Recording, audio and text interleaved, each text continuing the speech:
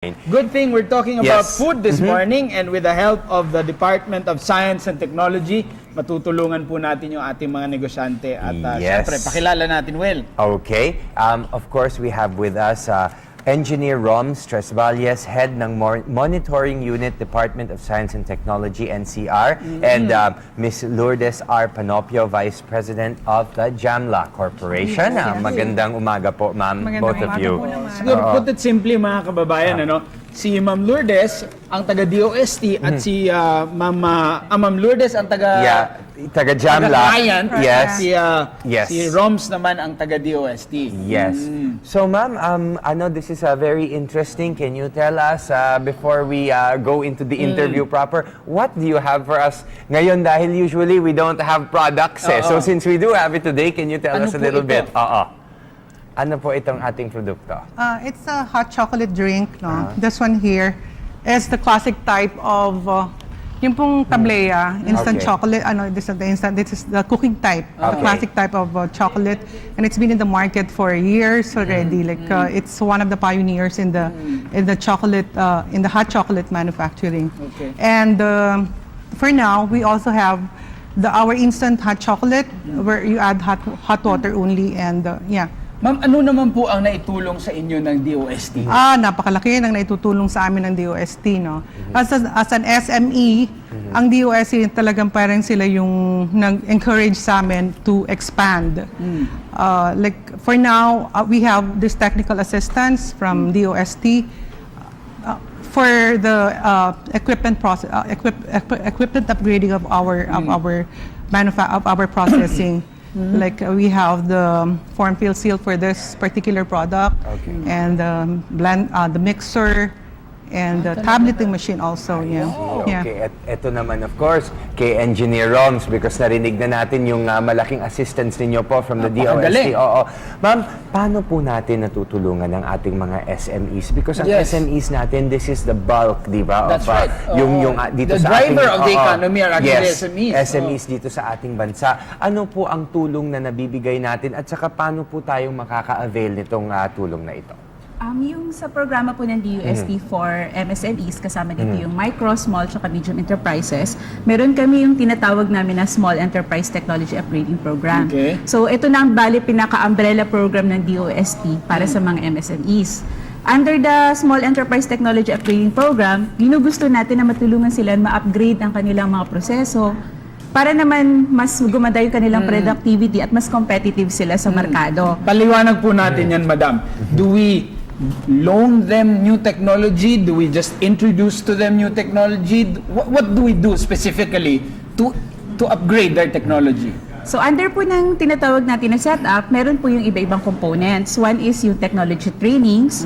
Pangalawa po is what we call technical and consultancy services. Pangatlo po, yung tinatawag natin na packaging and labeling assistance. At pang-apat po, ito na yung technology upgrading and acquisition. So package of intervention po siya. Minsan nagsisimula kami sa training muna para po malaman nila kung ano ba yung mga tamang proseso ng paggawa. Kagaya kung gaya ni ma'am, nasa food siya. So nag-avail siya ng good manufacturing practices, yung mga food safety related trainings po. And then, meron din po tayo ng technical consultancy services. Yun po yung tinatawag namin na isa po doon ay yung tinatawag namin na MPEX, so Manufacturing Productivity Extension Program.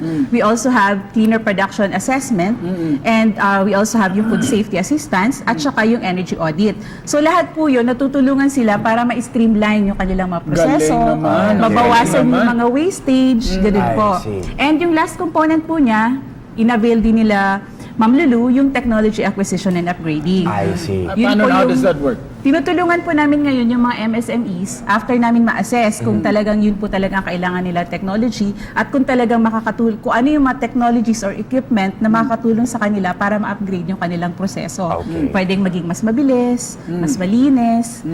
Yun po yung mga assistance na pwede namin ibigay. So for the equipment, tinutulungan po namin sila para ma-acquire kung ano yung mga necessary equipment dun sa kanilang lines. Okay. And paano po natin ginagawa ito? Let's say, for example, si ma'am pupunta pupunta po sa inyo and then magpipresent Oo, po ng paano? let's say for example, ito ang konsepto, ito ang produkto namin, and then they will work with you, ma'am, kung paano in ito my magiging... case, How did you enroll? Oo, Yeah, yes, actually, yes. in my case, no, I learned of the setup program 5 years ago because I'm a member of Infomap, that's Integrated Food Manufacturers of the Philippines. No, si Dr. Fortuna, yung regional director ng DOST for setup, no, she was one of our speakers during one of our meetings for Infomap. And she said that we have to avail, like being one of the SMEs, we really need to avail of this. Pero, syempre, at first you're hesitant, like Correct. for the requirements, like things like that. Sometimes, parang hesitant ka, no? But as years pass by, parang when you feel that you're growing, then you just realize that there's really a need for you to really get some help from a bank or a financial institution. But in this case, it's DOST that I had to turn to. So I contacted one of my friends na talagang nag-avail na ng package, ng setup package, no. And she told me that very positive talaga yung ano niya, yung advice. Oh, you better really start now kasi talagang very very supportive ang DOST about it.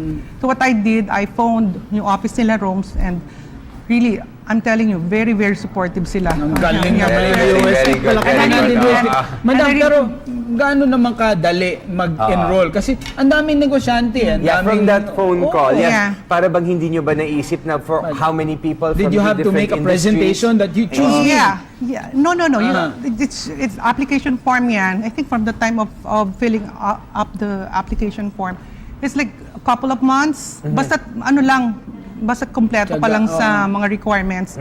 And they will really help you all the way. Sige, Roms, paliwanag. Pagka technology training, normally kasi nagsisimula talaga tayo sa technology training Hindi naman pwedeng equipment na kaagad. Totoo, Kasi totoo. kailangan talaga natin yung buong proseso ng pag-upgrade ng kanilang capabilities. So pagka technology training and technical and consultancy services, mabilis lang naman po yun. Sulat lang po sila sa office namin, i-address lang po nila kay Director Fortuna, or pwede lang po silang simpleng tawag lang. Yung mga cluster managers namin, automatic na po, natawag na po yun dun sa mga nagre-request para mabisita sila or ma-address ko ano yung kailangan nila, kung training man siya o kung consultancy services man siya. Pagka nag-decide na po ngayon si MSME na gusto niya rin mag-upgrade pa, saka po namin sila pinapasok dun sa technology upgrading and acquisition. Dun po sa technology upgrading and acquisition, yun po yung medyo mas dinagdagan na namin yung requirements. I see. Okay. Opo. So pag doon na po sila gusto mag-apply, may project proposal po yun na kailangan and kailangan pong may mga registrations na. So DTI registration, mayor's permit. Yun lang naman po. Pero huwag po sila mag-alala kasi tinutulungan naman namin Okay. sila na i-prepare yung Yeah, I think requirements. that's really one of the problems of SMEs, no. Para bang there's fear in them na baka mamaya hindi na nila kaya yung requirements. Pero I'm here just really to tell them that nandyan sila, yung DOST talaga, napaka-supportive nila. This is almost too good to be true. Yes. Yeah. Mamaya, Tuloy-tuloy. totoo, mamaya susuriin natin. Kanina ko pa ito yung nahawakan because actually na-intriga ako dito sa the back labeling. So we're gonna know all of these nutritional facts. How do we get And- this and paano natin And ito? the packaging is nice. Yes. International, tutulong din po yung DOST daw. Yes, so sa pagbabalik ng At Your Service, just stay tuned.